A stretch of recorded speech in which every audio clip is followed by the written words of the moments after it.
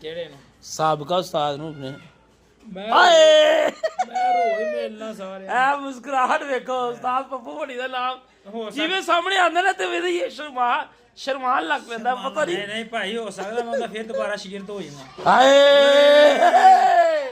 ਵੱਡਾ ਐਲਾਨ ਲੋ ਜੀ, ਵੱਡਾ ਹੀ ਐਲਾਨ ਹੋ ਗਿਆ ਜੀ। ਕੀ ਪਤਾ ਵਕਤ ਬੰਦਾ ਬਦਲ ਸਕਦਾ, ਏ ਲੋਕੀ ਬਦਲ ਸਕਦੇ ਤੇ ਅਸੀਂ ਨਹੀਂ ਬਦਲ ਸਕਦੇ।